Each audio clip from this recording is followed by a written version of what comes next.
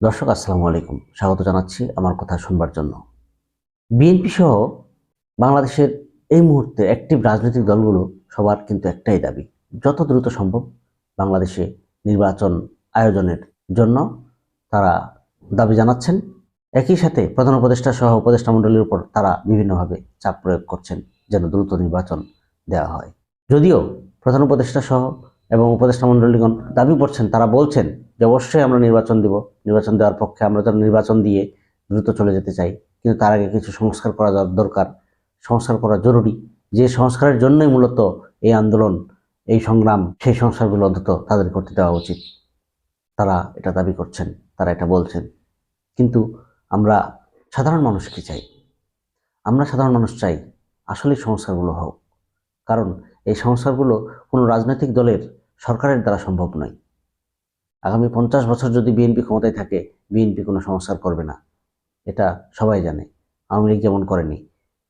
জামাত যদি 50 বছর ক্ষমতায় থাকে, জামাতও এটা কখনো করতে পারবে না, কারণ তাদের একটা দায়বদ্ধতা থাকবে। এক পক্ষ, বিশেষ করে সরকারি কোনো দল যখন একটা সংস্কার করতে যাবে, তখন বিরোধী পক্ষ দাঁড়িয়ে যাবে। তারা বলবে না, এটা সম্ভব না, এটা হবে না, এটা করলে এই সমস্যা সেই সমস্যা, তারা আন্দোলন করবে। অতএব এটা আর হবে না। কিন্তু এই মুহূর্তে একটা মোক্ষম সময় হচ্ছে যে অন্তর্বর্তীকালীন সরকার, তারা কিন্তু চাইলেই এটা সংস্কার করতে পারে। যত ধরনের সংস্কার, সেগুলো তাদের পক্ষেই সম্ভব, কারণ তাদের রাজনৈতিক লেজুর বৃত্তি নেই। তারা একটা টার্গেট নিয়ে এসেছেন, তাদের একটা দায়িত্ব নিয়ে এসেছেন তারা। এবং আন্দোলনের সময় থেকে শুরু করে আমরা দেখেছি এই সংস্কার নিয়েই তারা কিন্তু আন্দোলন করেছেন এবং আন্দোলনটা শুরু হয়েছে। অতএব আমি মনে করি বিএনপি সহ, জামাত সহ অন্যান্য দল যারা আছেন, সবারই উচিত এই অন্তর্বর্তীকালীন সরকারকে সহযোগিতা করা এবং সংস্কার তাদের মাধ্যমেই এই সংস্কারটা শেষ করা। আপনারা ভবিষ্যতে ক্ষমতায় আসবেন, তখন আপনারা বলতে পারবেন যে না, আমরা তো করি নাই।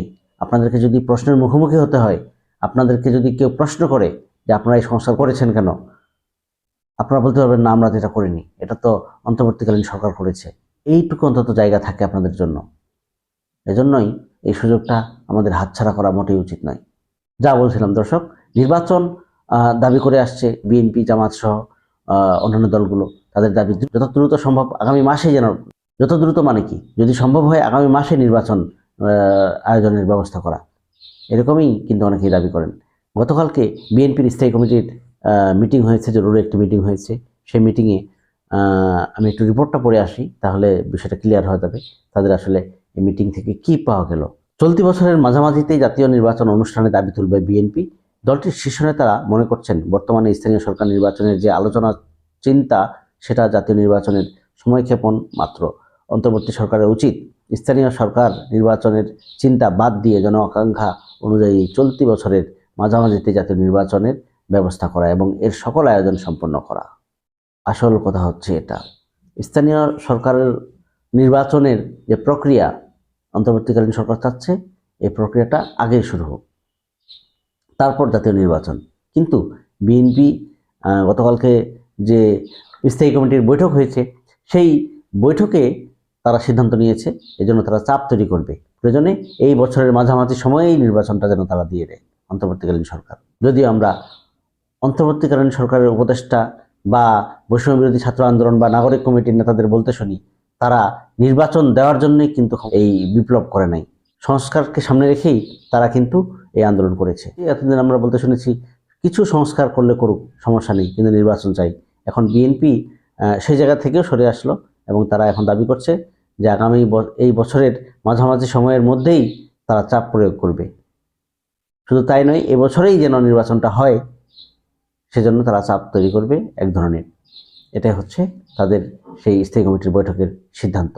নির্বাচন নিয়ে এত বছর, আমার কথা হচ্ছে এত বছর, 15.5 বছর শেখ হাসিনার সরকার ছিল, তখন কেউ মাঠে দাঁড়াতে পারেনি। নির্বাচন তো দাবি করা দূরের কথা, তখন মাঠে পর্যন্ত একটা মিছিল করার যাদের আমরা দেখেছি, তাদের সেই শক্তিটা ছিল না। সেটা বিএনপি বলেন, জামাত বলেন। অথচ এই ছাত্ররা, সাধারণ মানুষ, আপামর জনতা একটা বিজয় এনে দিল, আর সেই বিজয় পরবর্তী সেই সুফল ভোগ করার জন্য অস্থির হয়ে পড়েছে বিএনপি, জামাত। আমি যেটা বলতে চাই সেটা হচ্ছে, এই অন্তর্বর্তীকালীন সরকারকে আপনারা সময়টা দিন, সংস্কারটা করুন অন্তত। আপনাদের কাজগুলি তারা এগিয়ে নিয়ে যাচ্ছে। সংস্কার আপনাদের করা লাগবে না। এই অন্তর্বর্তীকালীন সরকারি সংস্কারটা করুক, তারপরে নির্বাচন। লাগলো না হয় আরো 2 বছর, সে পর্যন্ত একটু অপেক্ষা করুন।